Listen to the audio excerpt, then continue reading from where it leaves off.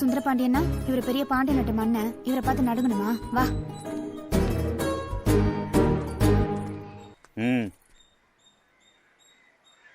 ஏய், இந்த பிளேட்டை தான் பேச வந்திருக்கேன்னு தெரியுமில?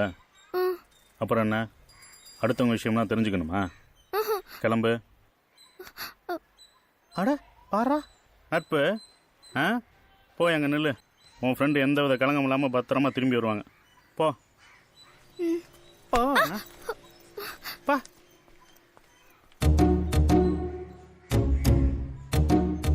ஏய், உனக்கு என்ன பெரிய உலக அலை நினைப்பா?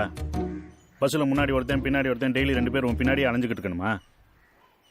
அலையிறாயன்னு தெரியும்ல?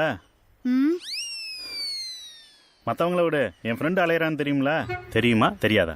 தெரியும். அப்புறம் என்ன, பிடிச்சா பிடிச்சிருக்குன்னு சொல்லணும், பிடிக்கலன்னா பிடிக்கலன்னு சொல்லணும். யாரா இருந்தாலும் தைரியமா வந்து பேசணும். சும்மா 4 சீட்டுக்கு முன்னாடி நின்னுக்கிறது, 2 அடி முன்னாடி எடுத்து வச்சா 4 அடி பின்னாடி போறதுமா இருந்தா செவத்துக்கிட்டே போய் சொல்ல முடியும்? சரி, அவனுக்கு பதிலாக நான் வந்திருக்கேன்ல, என்கிட்ட சொல்லு. பிடிச்சிருக்கா பிடிக்கலையா? பிடிச்சிருக்கு. அடகழுத, உண்மையத்தான் சொல்றியா? இதை ஏன் இவ்வளவு லேட்டா சொல்ற? அவனுக்கு 6 மாசம் வேஸ்ட் ஆயிடுச்சுல. நான் அவங்கள சொல்லல, உங்களை சொன்னேன். என்னது? உங்களை தான் பிடிச்சிருக்குன்னு சொன்னேன்.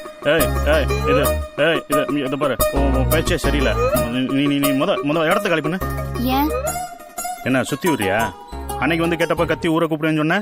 ஆமா, சொன்ன உடனே பிடிச்சிருக்கு வாங்க கல்யாணம் பண்ணி புள்ள பெத்துக்கோம்னா சொல்லுவாங்க. மரணா வந்து கேட்டிருக்கணும். நான் தான் யோசிச்சு பதில் சொல்லுன்னு சொன்னேன்ல. அப்ப நான் மைனரு, முடிவெடுக்க தெரியல. இப்ப மெச்சூரிட்டி வந்துருச்சுல. இப்ப தேவையில்லாம அவன் மனசையும் கெடுத்துட்டு. கண்டமனூர் பக்கம் வர பஸ்ல நான் வந்ததே திரும்ப உங்களை பாக்கணும்னு தான். அவங்களே ஏதோ நினைச்சிட்டு இருந்தா அதுக்கு நான் என்ன பண்ண முடியும்? என் மனசுல என்ன இருக்குன்னு தெரிஞ்சிருக்கணும்ல. ஒன்னும் அவசரம் இல்ல. ரொம்ப குழம்பாம யோசிச்சு இதே இடத்துல இதே நேரத்துல நாளைக்கு சொன்னா போதும்.